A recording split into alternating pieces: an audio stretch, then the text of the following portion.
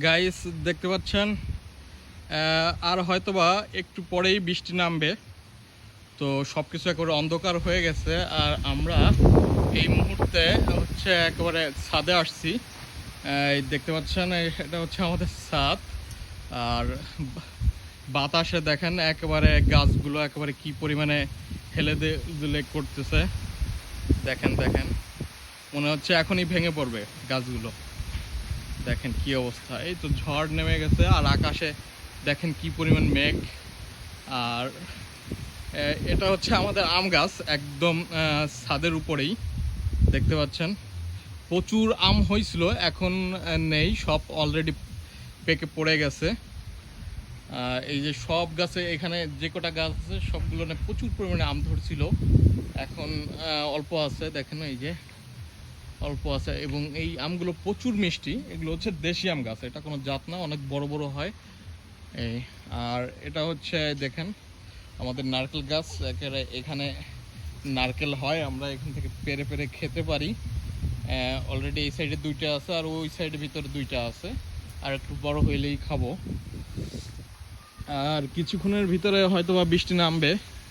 একবারে অবস্থা খারাপ, মেঘে একেবারে ছেয়ে গেছে পুরো আকাশ মেঘ।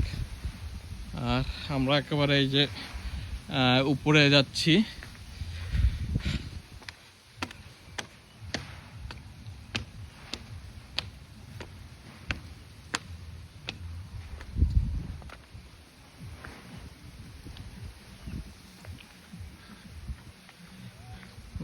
খুব সুন্দর লাগে, আমরা যখন এই বৃষ্টিটা নামে তখন আমরা ছাদে আসি, অনেক সময় ভিজি, আবার কিছুক্ষণ দাঁড়ায় চলে যাই তাই। আর এখান থেকে খুব ভালো লাগে। আর এখানে প্রচুর বাতাস থাকে। আপনার সব জায়গায় বাতাস না থাকলেও আমাদের ছাদে এখানে বাতাস থাকে।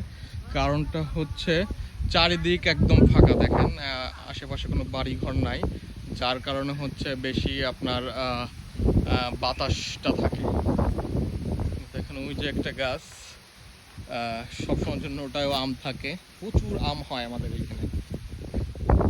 আর সুবরি গাছ দেখতে পাচ্ছেন, এই যে একটা নতুন হয়েছে, এখন সিজন নাই, সবগুলো এই যে চুমড়ি বের হয়েছে, নতুন ফুল আসছে, হয়তো বা কিছু দিনের ভিতরে হবে। এটা সিজন আসলে প্রচুর পরিমাণে প্রায় 1-1.5 লাখ টাকার শুধু সুবরি এখান থেকে আমরা সেল করা হয়। আর ছোট যে জাতের আম গাছগুলো ওই যে নিচে আছে লাগানো, দেখেন। তারপরে এই যে একটা নকট গাছ, এটা হচ্ছে গাব গাছ। আর এটা হচ্ছে আপনার দেশি যে